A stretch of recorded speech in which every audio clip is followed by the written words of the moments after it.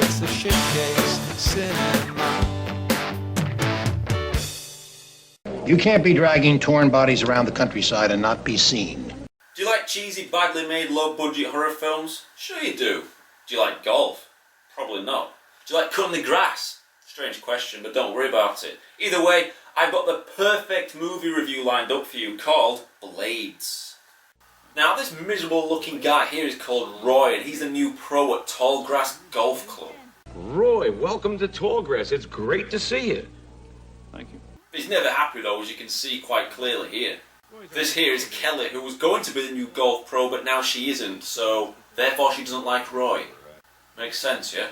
Now the film plods along at a sluggish pace to begin with, but fear not, because if you like golf, then you're going to think this film is awesome. A hole-in-one even. Ah dear. Bad pun there, you can tell I've seen way too much of this dirge to make this video. So the movie begins with a group of people out partying in a field, and sure enough, two of them get killed. Yet we don't see who did it. Ooh, the mystery and intrigue. So nothing else happens until an old man is killed on the golf course.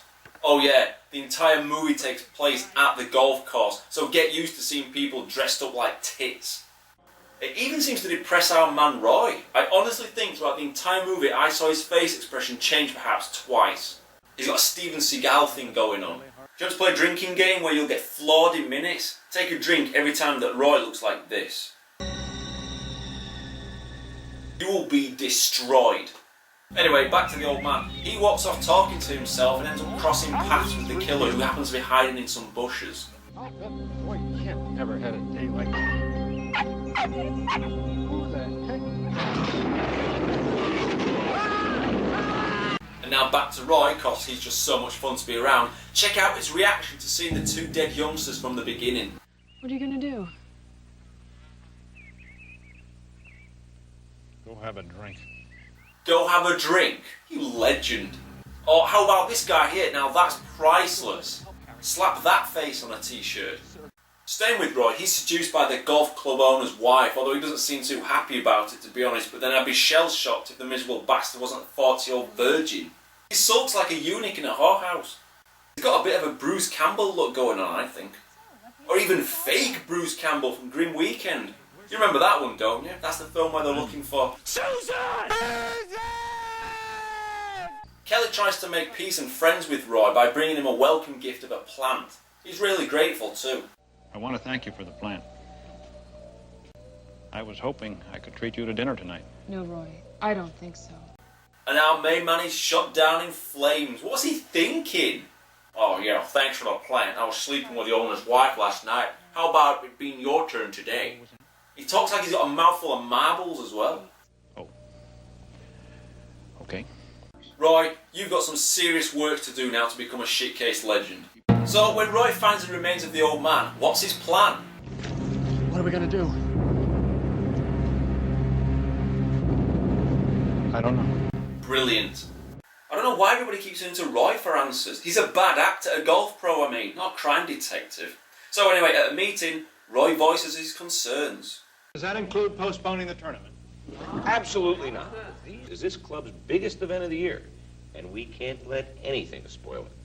Can't let it spoil it. What? 3 people being hacked up isn't enough to alarm you to cancel the event? It's funny too because it's starting to remind me a little bit of the movie Jaws at times. Considering Jaws is one of my favourite movies of all time, I can notice the similarities straight away, but I'll comment on this later on. Oh, take a drink. Unless you're already comatose by this point. Thanks, Roy. You one-faced Steven Seagal-esque Bruce Campbell lookalike goon! Meanwhile, Roy keeps seeing some lunatic out in the woods who pops up only to Roy, but then it turns out he's either not there or it's somebody else. Spooky. Oh, here's one of my favourite moments after the old man dies. Shall we, have a moment of silence? Hell no, start the lesson. Oh, okay. Respect goes right out of the window when I paid my money to play golf, goddammit. It's comedy gold. A kid then dies somehow, which everybody sees, and it's just laughable. Considering the kills that this movie tallies up, the amount of gore is just a bad joke. At least people's reactions are amusing. Our main man Roy doesn't give a shit though. You absolute boss. You're the boss. See, everyone knows Roy's the man. We're dealing with a maniac using some kind of a power tool. Okay, I can't hold this back any longer. Do you want to know who the killer is? If you said Roy, you're dumber than he looks. Are you ready for this? What? Behind the lawnmower? It is the lawnmower. Yep, one possessed, bloodthirsty, pissed off piece of machinery. Kind of like Stephen King's The Mangler, except not.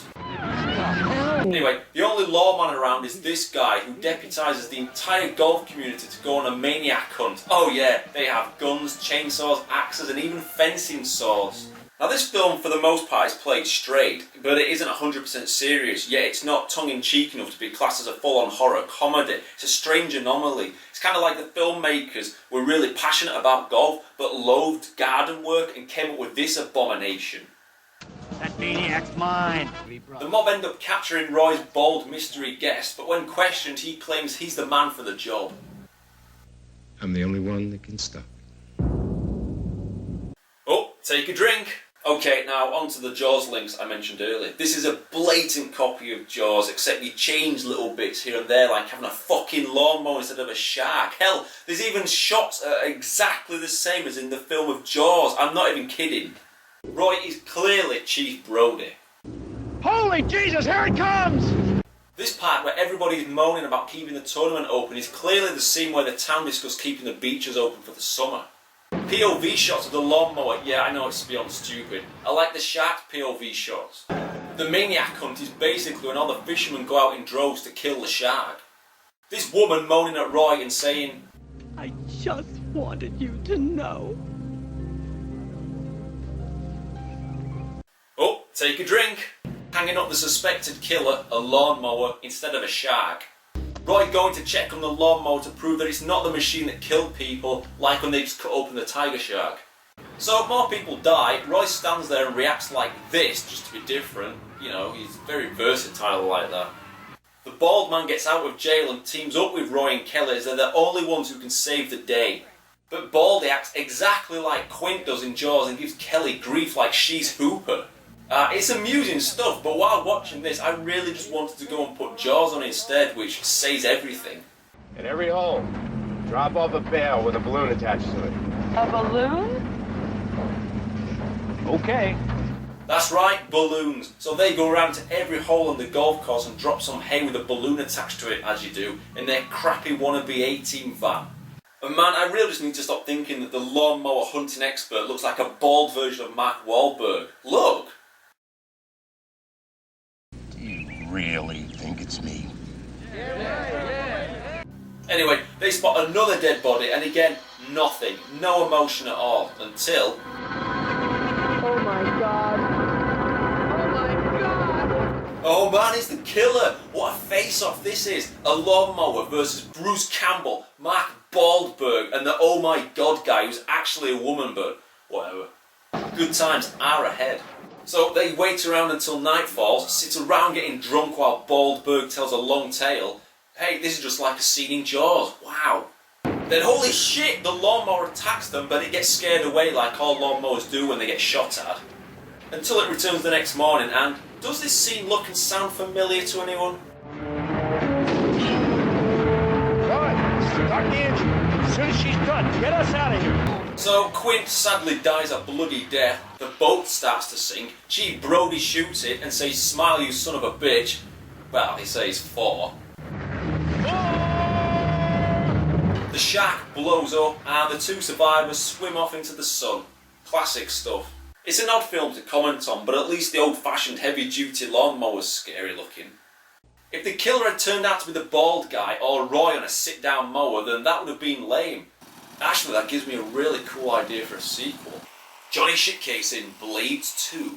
It's ridiculously absurd, and if it wasn't for the Jaws parody element, this film would have gone way over par. Ooh, golf pun there, good. So, at the end of the day, I'm going to give this 4 out of 10.